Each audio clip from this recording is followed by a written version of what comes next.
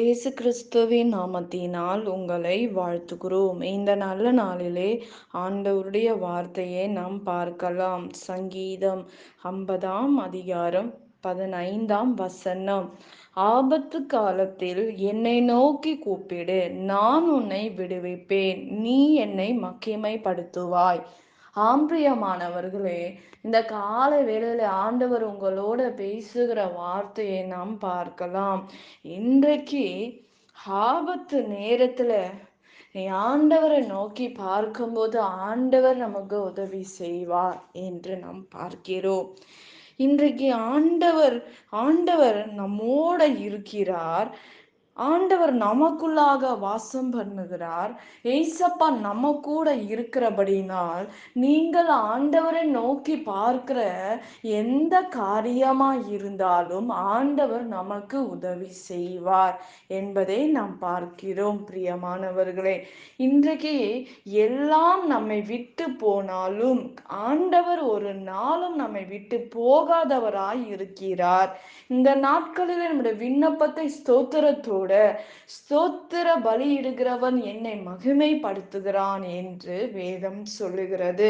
இன்றைக்கு ஆண்டவர் பலிபீடமாய் இருக்கிற நாம் ஆண்டவரிடத்தில் நாம் பலிபீடமாக நிற்கும் உன் பலியை நீ பரிசுத்தத்தோடு ஆண்டவருக்கு தெரியப்படுத்து. ஸ்தோத்திரத்தோட உன் பலியை தெரியப்படுத்தும் போது ஆண்டவர் நம்மை விடுதலையாக்குவார் என்பதை நாம் பார்க்கிறோம். பிரியமானவர்களே, இன்றைக்கு என்ன காரியமா இருந்தாலும், எப்பேற்பட்ட காரியமா இருந்தா கூட கர்த்தர் நம்மை விடுதலை ஆக்குவார். அவர் வல்லமை உள்ள தேவனாய் இருக்கிறார். நீங்கள் நெருக்கத்தின் மத்தியில் கடந்து வருகிறீங்களா? போராட்டத்தின் மத்தியில் இருக்கீங்களா? ஆண்டவரை நோக்கி பாருங்க. பலியாக உங்களை ஒப்பு கொடுங்க. நீங்களே பலியா இருக்கீங்க.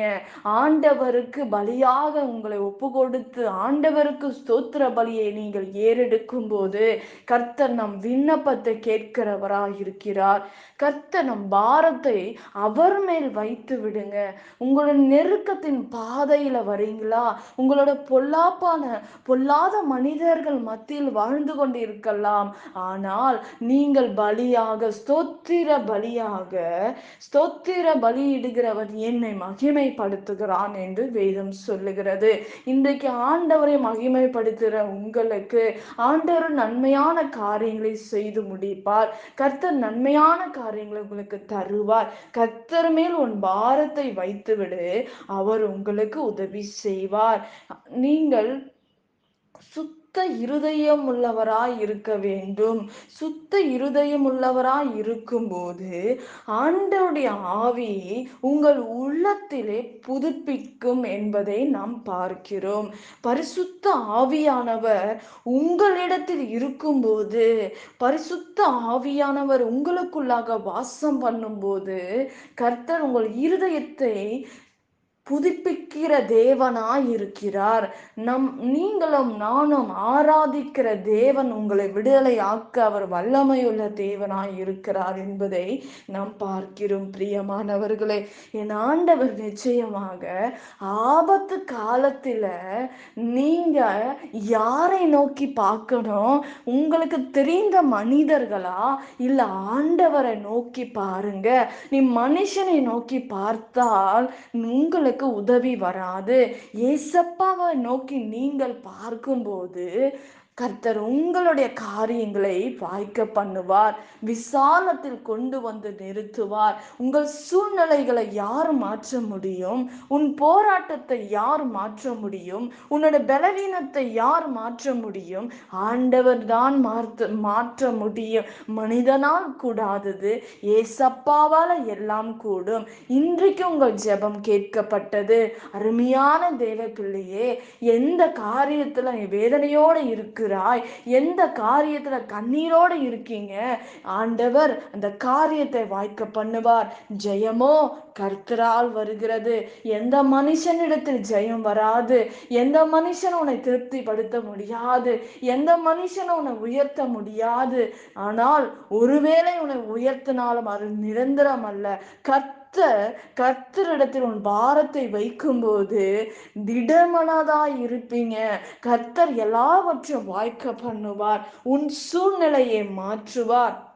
நீ சுத்த இருதயம் உள்ளவர்களா இருக்கும்போது கர்த்தர் உன் உள்ளத்தை புதுப்பிக்கிற தேவனாய் இருக்கிறார். பரிசுத்த ஆவியானவர் உங்களோட இருக்கிறபடினால் நீங்கள் அசைக்கப்படுவதில்லை என்று நாம் பார்க்கிறோம். பிரியமானவர்களே, ஆண்டவர் பலியை நீ விரும்புகிறதில்லை, விரும்பினால் செலுத்துவேன், தகன பலியை உமக்கு பிரியமானதல்ல என்று. தேவனுக்கு ஏற்ற பலி நொறுங்குண்ட ஆவிதான். பிரியமானவர்களே, இன்றைக்கு இந்த உலகத்தில் நீ நொறுங்குண்டு தேவ சமூகத்தில் இருக்கும்போது நீங்க வடிக்கிறீங்களா, அந்த கண்ணீருக்கு பதில் உண்டுங்க. நீ கண்ணீர் வடித்து ஆண்டவர் சமூகத்துல நிக்கிறீங்கல்ல, அதுக்கு பதில் உண்டு. அந்த நாட்களில அண்ணால் புலம்பி தேவ சமூகத்தில் அழும்போது அந்த அழுகைக்கு ஒரு வல்லமை உண்டுங்க. கர்த்தர் உங்கள் யாவையும், உங்கள் கண்ணீரை ஆண்டவர் துடைக்க ஒரு போதுமானவரா இருக்கிறார். பிரியமானவர்களே, இன்றைக்கு கர்த்தர் பெரிய காரியங்களை உங்கள் வாழ்க்கையில் செய்து முடிப்பார்.